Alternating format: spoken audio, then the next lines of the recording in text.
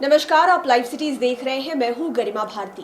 आज हमारे साथ एक खास मेहमान हैं जिनकी बातें सुनकर शायद न्यूरोलॉजी से जुड़ी हुई कई सारी जो कन्फ्यूजन्स है, कई सारी समस्या है, आपकी दूर हो जाए या फिर आपका जो पिक्चर है वो क्लियर हो जाए। आज हमारे साथ डॉक्टर अभिषेक हैं, बहुत जाने माने न्यूरोलॉजिस्ट हैं और वर्तमान में पारस अस्पताल में कार्यरत हैं। सर, आपका लाइव सिटीज पर बहुत बहुत स्वागत है। धन्यवाद धन्यवाद। जैसा कि मैंने दर्शकों को कहा कि न्यूरोलॉजी से जुड़ी हुई समस्याओं पर हम कुछ बातें करने जा रहे हैं, तो सर अगर रोज़मर्रा की ज़िंदगी को देखा जाए तो न्यूरोलॉजी से जुड़ी हुई कौन कौन सी समस्या हो जाती है और कैसे कैसे केसेस आपके पास आते हैं? देखिए, ओपीडी जो चलती हैं, आउट पेशेंट जो ओपीडी नीचे चलता है उसका अलग पेशेंट का प्रोफाइल है, और इमरजेंसी सर्विसेज जो चलती हैं उसका अलग पेशेंट का प्रोफाइल है। जो ओपीडी में सबसे कॉमन जो पेशेंट आते हैं वो मोस्टली सर दर्द और कमर दर्द के आते हैं। सर दर्द में ज़्यादातर मरीज जो होते हैं वो माइग्रेन के पेशेंट्स होते हैं, और कभी कभी जो दूसरे तरह के सर दर्द होते हैं जैसे टेंशन टाइप हेडेक, किसी बात का मन उदास के कारण सर दर्द हो रहा हो, वो होते हैं। इसके अलावा भी सर दर्द के और पेशेंट्स आते हैं जिसमें ब्रेन में कोई ट्यूमर हो, कहीं पे ब्रेन में ब्लीड हो, कोई चोट लग गया हो जिसके कारण सर दर्द हो रहा हो। तो इस तरह से सर, जो मुझे लगता है सर दर्द सबसे ज़्यादा कॉमन है। उसके बाद कमर दर्द की समस्या है। लोगों की दिनचर्या बदल चुकी है, काम ज़्यादा कर रहे हैं, ट्रैवल ज़्यादा कर रहे हैं, सामान उठाना, ज़मीन पे बैठना, झुक के काम करना, इन सब के कारण बहुत ज़्यादा समस्या बढ़ गई है कमर दर्द के शिकायत की। और उसी में जब नस दबने लग जाता है पैर में, कमर में, तो वहाँ कमर से पैर में दर्द जाता है, जिसको हम लोग शियाटिका नॉर्मल लोकल लैंग्वेज में बोलते हैं। तो शियाटिका के पेशेंट्स काफ़ी हैं। इसके अलावा मिर्गी के पेशेंट्स बहुत आते हैं, रेगुलर आते हैं हर दिन। मिर्गी के मरीज जो कभी कभी मिर्गी लेकर इमरजेंसी में आते हैं, और कभी कभी मिर्गी, सामान्य मिर्गी हुई, मिर्गी के बाद मरीज़ को होश आ गया तो वो ओपीडी में आते हैं। इन सब के अलावा यदि देखिएगा तो लकवा के मरीज़ हम लोग कभी नहीं कह सकते कि कम है, क्योंकि लकवा जैसे जैसे लोगों की लॉन्गिविटी बढ़ रही है, मतलब कि उम्र लोगों की बढ़ रही है। किसी ज़माने में लॉन्गिविटी जो थी, एवरेज लाइफ स्पैन 45-47 ईयर्स हुआ करता था। आज हम लोग 70 के आसपास हैं। तो लोग 70, 75, 80 साल के जैसे ही हो रहे हैं, तो स्ट्रोक, लकवा होने का चांसेस एज के साथ बढ़ता जाता है। और जैसे ही आपके ओल्ड एज पॉपुलेशन किसी भी सोसाइटी में बढ़ेंगे तो लकवा के मरीज़ हमेशा बढ़ेंगे। तो लकवा के मरीज़ आते हैं, जो बहुत बार छोटी लकवा होती है, हल्का सा सिम्टम होता है तो ओपीडी में आते हैं। और जब बहुत बड़ा दिक्कत होता है, अचानक लकवा लग गया, ब्रेन हेमरेज हो गया जिसके कारण लकवा के साथ साथ मरीज़ बेहोश भी है, तो ऐसे मरीज़ फिर इमरजेंसी में आते हैं। सर, आपने माइग्रेन की बात की है, और जब भी हम माइग्रेन के बारे में सुनते हैं या फिर चर्चा करते हैं तो नॉर्मल लोगों के जहन में आता है कि एक तरह का सर दर्द है, लेकिन हम इसको डिटेक्ट कैसे करें? हमें कैसे पता चले कि हमें माइग्रेन है और अब हमें डॉक्टर की ज़रूरत है? बिल्कुल। देखिए, माइग्रेन को जैसे डायग्नोस कर पाना थोड़ा सा आसान है, घर में भी लोग कर सकते हैं कि माइग्रेन की समस्या है। हाँ, इलाज कर पाना मुश्किल है। इलाज इतना आसान नहीं है जितना सब समझ लेते हैं।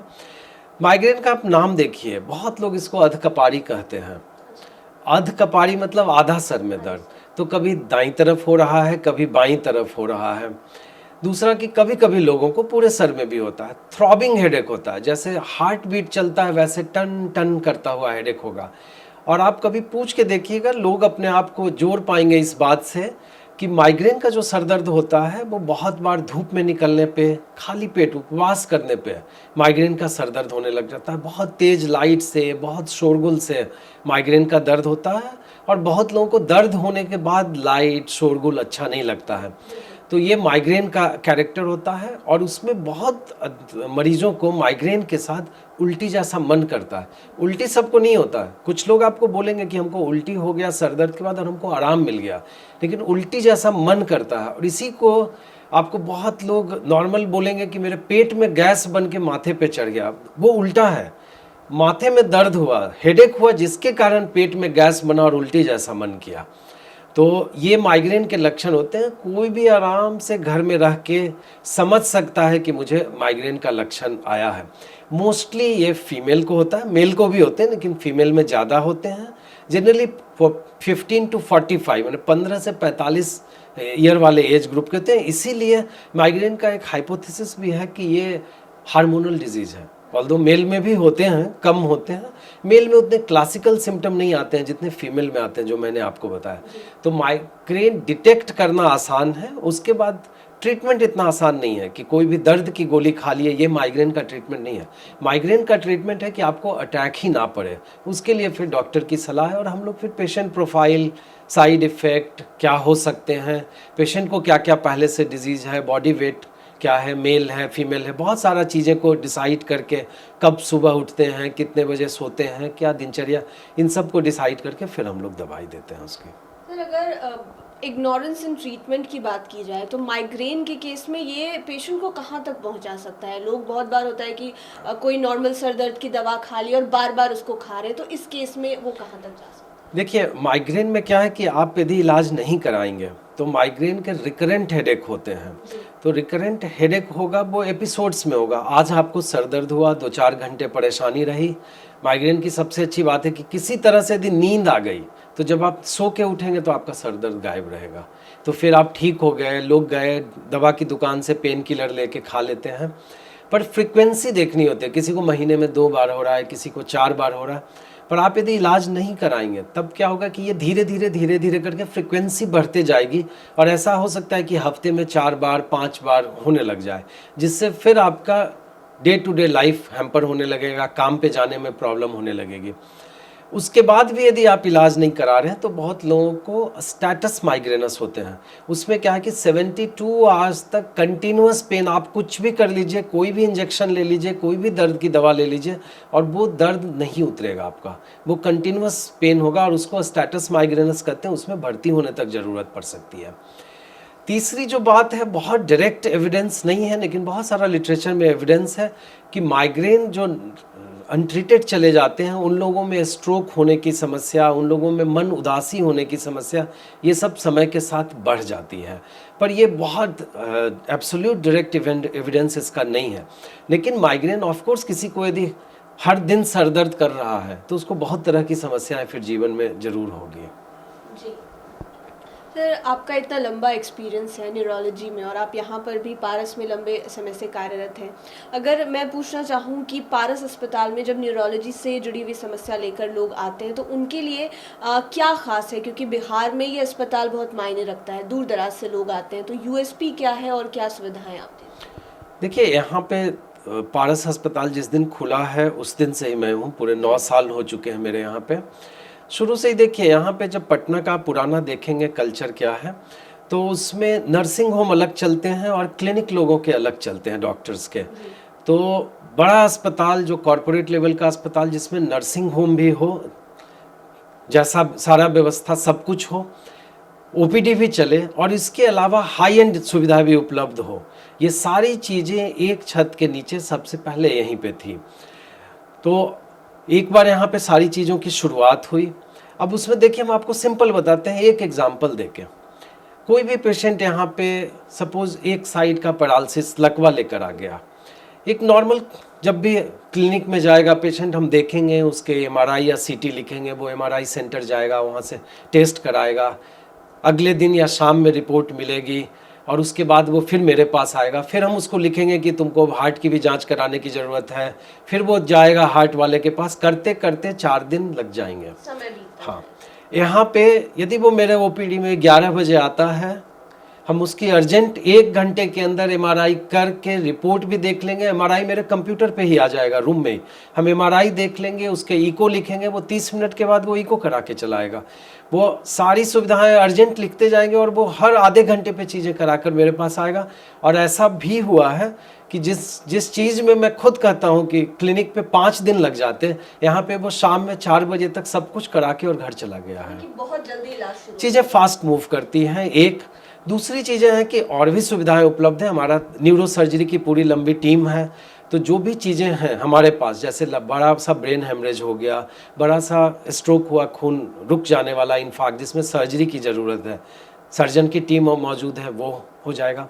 जब आप 4.5 घंटा के अंदर कोई पैरालिसिस लेकर आते हैं, जिसमें थ्रोम्बोलाइज एक अलग सा ड्रग आता है जो आप 4.5 घंटे के अंदर दे सकते हैं।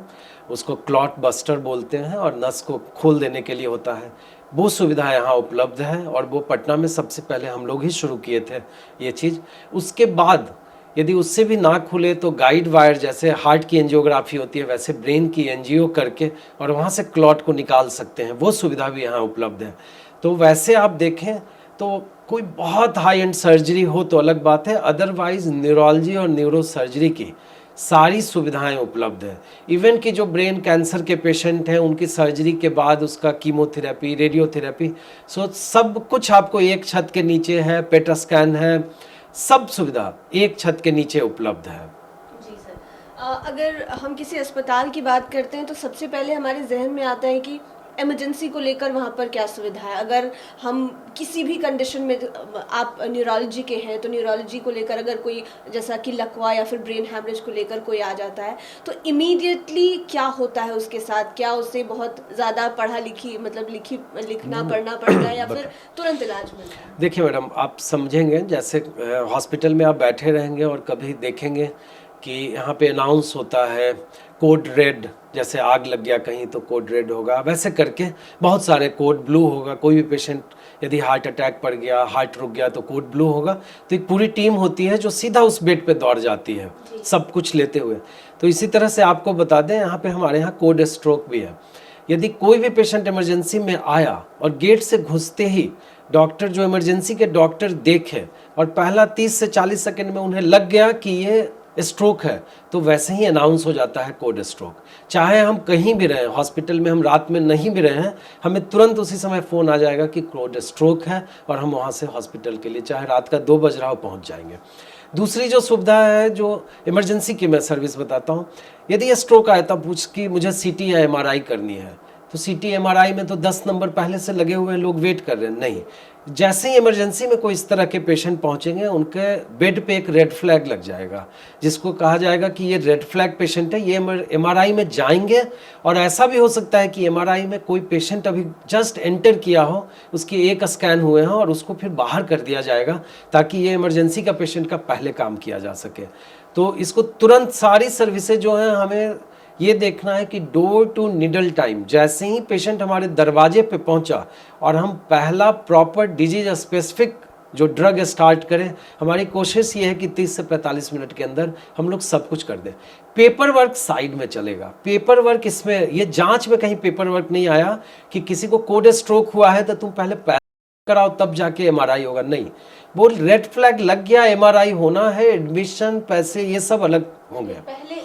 पहले इलाज होगा और उसमें भी जो यहाँ पे है पहला 60 मिनट का इलाज बिल्कुल फ्री होगा। तो बहुत बार होते हैं कि पेशेंट आते हैं और 60 मिनट में जैसे सर दर्द है, कोई इंजेक्शन दिया, कोई दवा दी, एक CT कराया, सब कुछ ठीक है और वो ठीक फील करते हैं और वो घर जा सकते हैं। 60 मिनट में चलेगा, उनको कोई बिल नहीं लगेगा। Thank you so much doctor, आपने बहुत अच्छी जानकारी दी, खास करके माइग्रेन को लेकर जो कन्फ्यूजन था उसको दूर करने के लिए। Thank you.